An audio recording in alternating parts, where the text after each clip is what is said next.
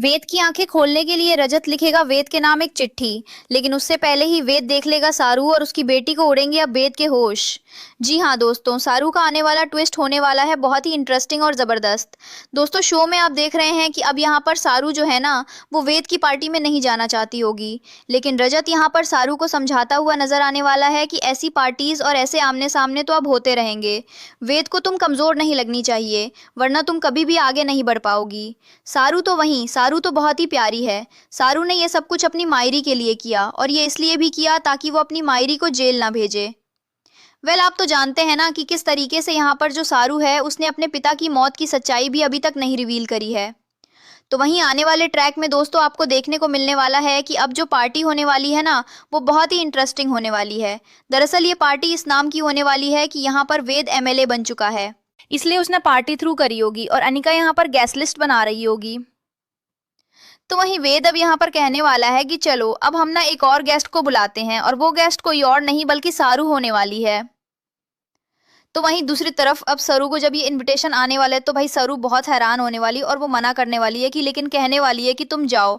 ऐसे में सारू मान जाएगी, लेकिन वहीं पर अब सारू की और अदत की एक बच्ची भी है, ये बात तो दोस्तों पता ही नहीं है अभी तक यहाँ पर वेद को।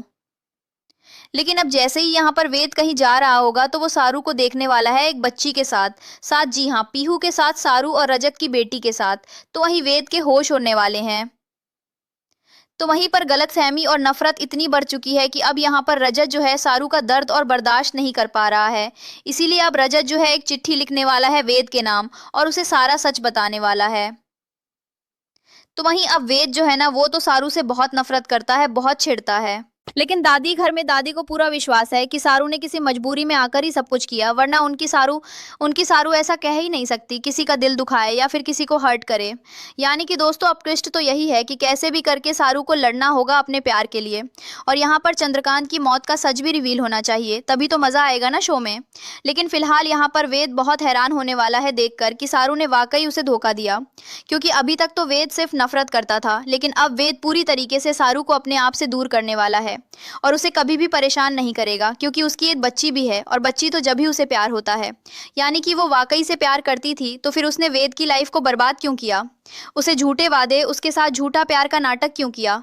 ये सारी बातें अब वेद सारू से पूछने वाला है अकेले में।